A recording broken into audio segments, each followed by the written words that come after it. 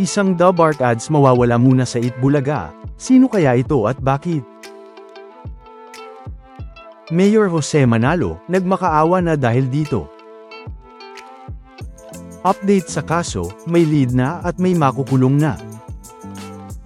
Isang mensahe nga ang pinaabot ni Mayor Jose Manalo sa lahat, na nangyari nga sa Itbulaga noong Miyerkules April 8, 2026, na kung saan ay nagpasalamat nga ito sa mga pumunta sa kanyang resort noong Holy Week.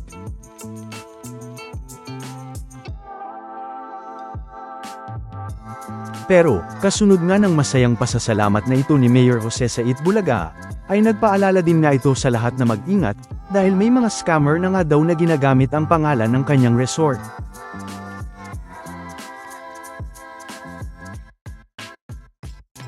Nagmakaawa din nga ito sa lahat ng mga scammer na ito, na itigil na nga nila ang mga ganitong gawain, dahil kawawa naman nga daw ang mga taong nabiktima ng mga ito.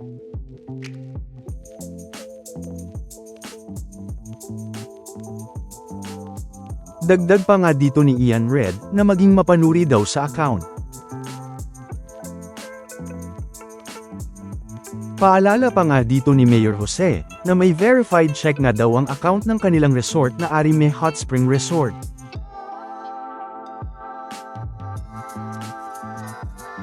Na ayon nga sa isang article, ay una na ngang nagbigay ng babala ang kampo ni Mayor Jose Manalo sa lahat, dahil mga scammers nga ang mga ito, at walang kaugnayan sa kanila ang mga ito. Na mababasa nga, according to reports, Jose Manalo's camp has warned against scammers pretending to be connected to his new resort. The resort has been flooded with complaints due to fake bookings and transactions, so it is taking action to protect the public. Everyone is advised to be careful and verify any transaction. There are scammers using the name of Jose Manalo's resort to fool customers. It is clarified that the pretending agents are not connected to the real management of the resort.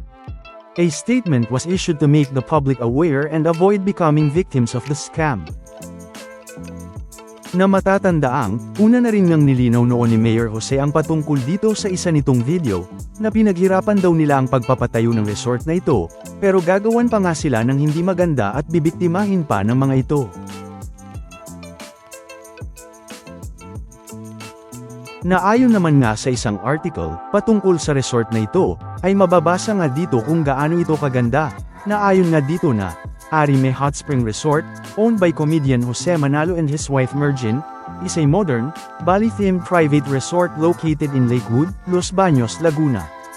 Officially opened in February 2026, the resort features natural hot spring pools, luxurious amenities, 5 air-conditioned rooms, and karaoke, offering a private, scenic getaway. Natural hot spring adult pool and kiddie pool, jacuzzi with waterfalls. 5 fully air-conditioned rooms with private bathrooms. Unlimited karaoke system, 65-inch smart TV, Netflix, YouTube, and a billiards table. Modern kitchen with a gas stove, refrigerator, barbecue grill, and a spacious dining area. Suitable for private gatherings, with parking space for several cars. Na talaga namang isang napakagandang ang resort, base nga sa dami ng mga amenities nito. Kaya naman, ay dahil kilala nga si Mayor Jose sa Itbulaga, ay ito nga ang ginamit ng mga scammers para makapambiktima.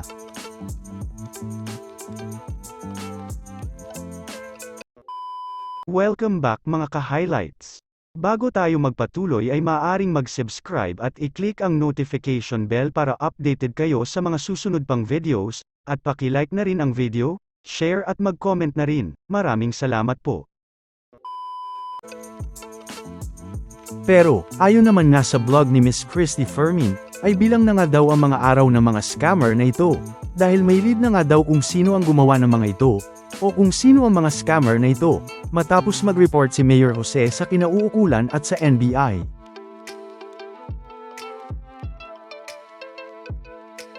Na mga dapat nga nating abangan kung ano ang mga susunod na mga mangyayari dito. Samantala, hindi na nga muna mapapanood ang isang Dubark ad sa Itbulaga, na si Wally Bayola. Ito nga ay habang nagpapagaling pa nga ito matapos ang nangyaring aksidente sa motor noong March. Na sa katunayan nga, ay inaasahan na nga ito ng marami sa mga netizens noong March pa lang.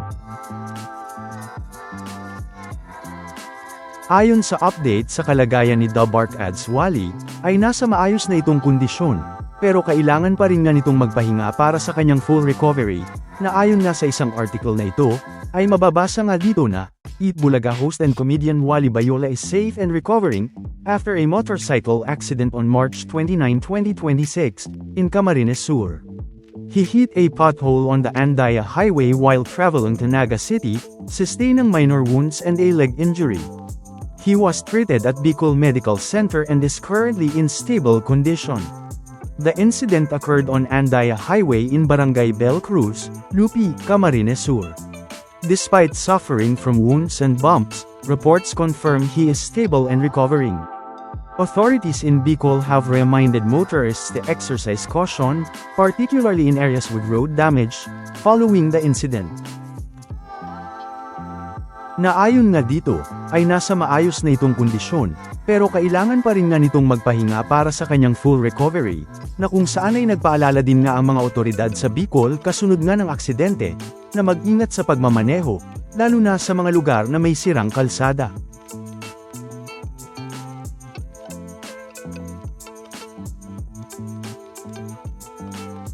Pero, mukhang magtatagal pa nga si The Bark Ads Wally na wala sa Itbulaga, dahil bukod nga sa nagpapagaling pa nga ito para sa kanyang full recovery, ay ayon kay Miss Christy Fermin, ay nagpapagaling pa si Wally sa kanyang bahay sa Antipolo dahil nakasemento daw ang kanang paa nito, dahil sa nangyaring dislocation ng kanyang bukong-bukong.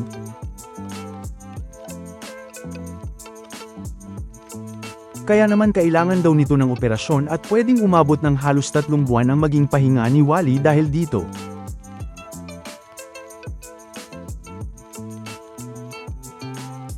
Kaya naman, ay mukhang matagal pa nga nating hindi makakasama si The Bark Ads Wally sa Itbulaga, para sa kanyang full recovery, lalo na nga't ayon dito, ay kailangan nito ng operasyon.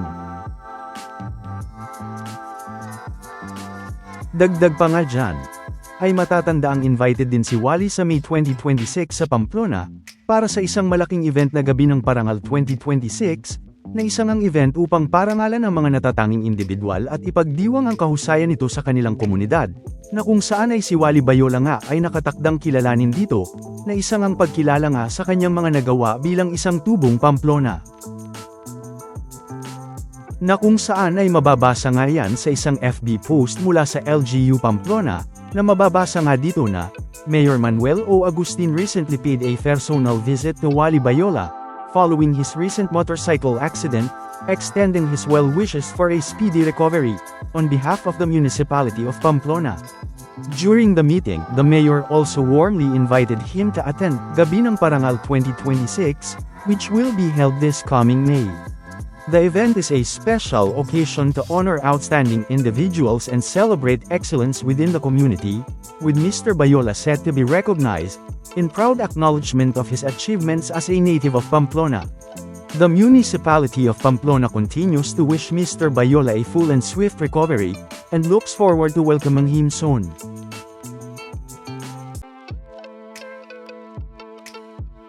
Na matatandaang nito nga lang Miyerkules April 8, 2026, ay matatandaang shinout-out pa nga ng mga The Bark Ads sa studio si Wally Bayola, at sinabi ngang magpagaling ito.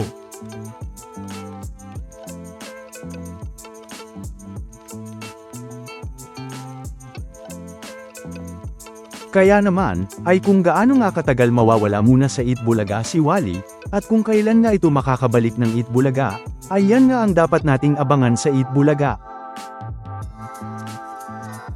Samantala, ano naman ang mga masasabi nyo, patungkol sa mga napag-usapan natin, sa video na ito?